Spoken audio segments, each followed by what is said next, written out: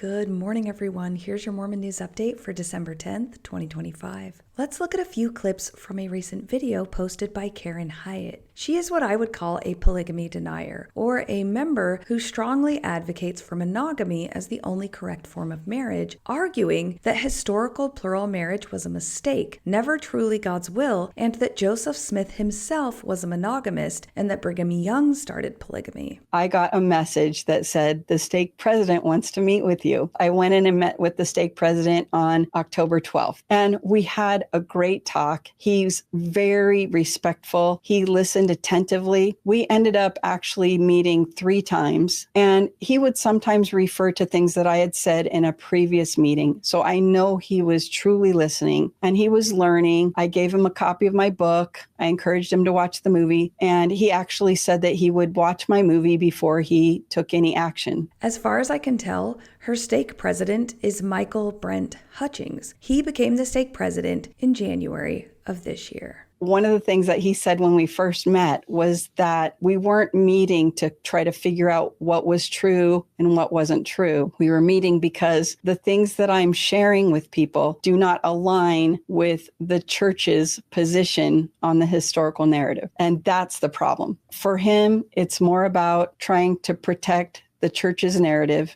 Wow, isn't that a crystal clear illustration of the church's priorities? Karen is clinging to the idea that Jesus is truth and is being disciplined by a church that finds that level of uncompromised truth-seeking too dangerous to its foundation. He invited me, to take down my website, to take down my video, to take down everything, and just be patient and just wait for these changes to come to the church if they're supposed to come to the church in the Lord's time. It ended up in a membership council. I'm not taking my stuff down. And he's like, well, if you're not going to take it down, then we have to have a membership council. So that's what happened on Friday is I had a membership council. I was allowed to have my bishop there and my Relief Society president, both of whom I'm friends with. And I was also allowed to have some other friends there who were inclined to speak on my behalf. The further outside of the church narrative and teachings that I get, the more strange and barbaric membership councils sound. It's essentially a group of untrained lay leaders sitting in a court-type situation and judging someone on their eternal worthiness. Think of a court of law,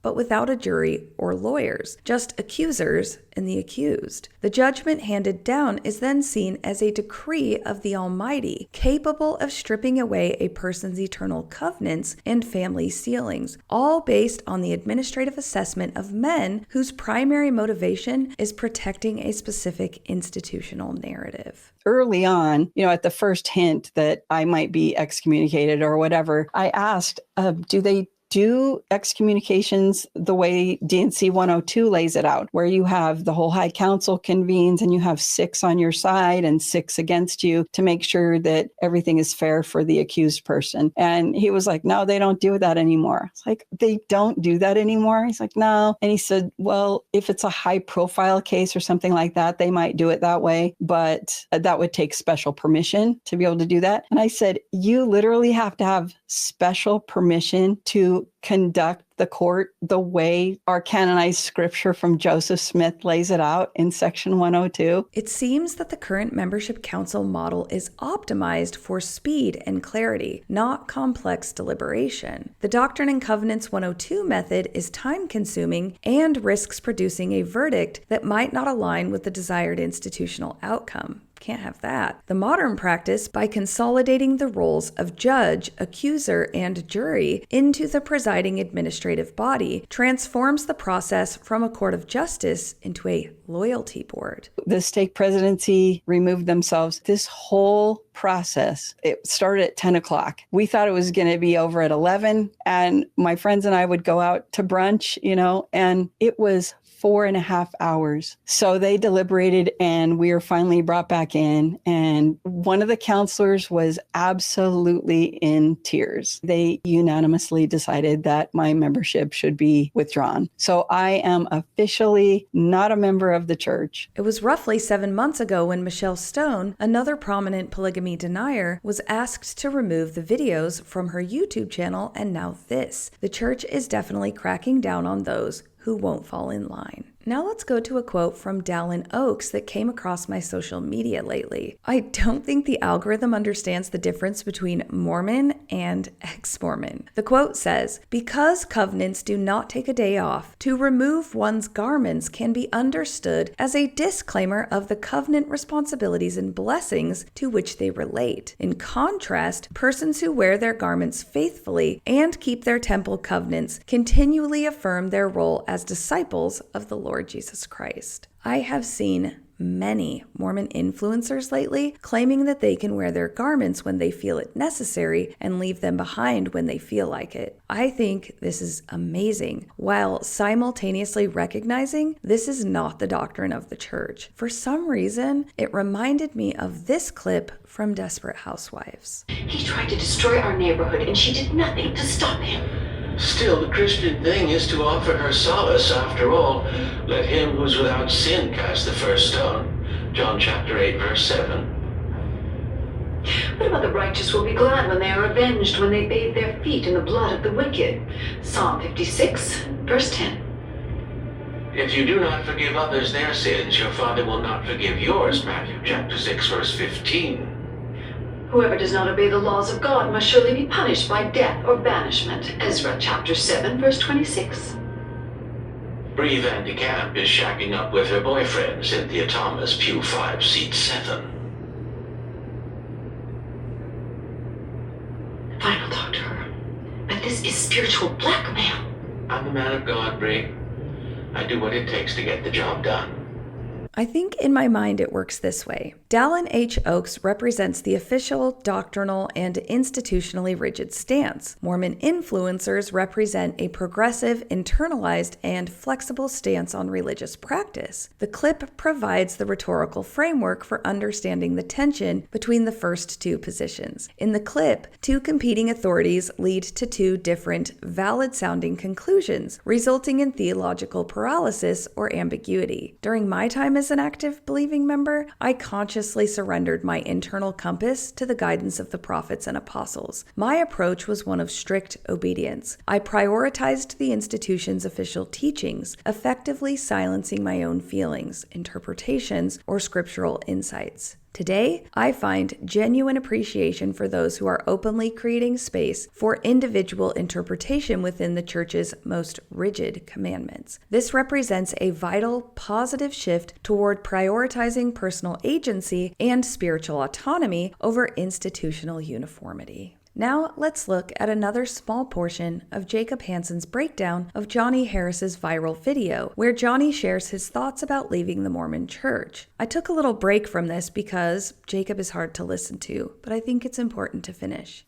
Do you see that? Do you see who is the God in Johnny Harris's world? He is. You see, ultimately, he is the measure of all things. He is the highest thing at the top of the value hierarchy. And that is the problem. The problem is you shouldn't be at the top of the value hierarchy. God should be. That is the essence of the Christian message. It's the first commandment. It's to put God first in your life. And he's saying, no. Don't do that, because that means you might have to obey or subvert your desires to something higher than your whims. Jacob's critique rests on the premise that Johnny Harris is advocating for a life without any moral duties, higher than whim. By focusing on the necessity of choosing yourself, Johnny is not rejecting all higher moral duties, but rather asserting the logical necessity of the self as the moral agent required to judge all external authorities. Jacob frames Johnny's choice as a simple binary, God versus whim. When the Mormon Church causes genuine social, mental, or emotional pain, the choice is no longer between God and self-indulgence, but between institutional obedience and moral integrity and health. Choosing the self in this context means choosing self-preservation over institutional compliance. This is a necessary precondition for ethical action, not the rejection of it. I think most of us have likely heard this compared to the oxygen masks on a plane when the flight attendant tells a parent that they must first secure their oxygen mask before helping a child. Why?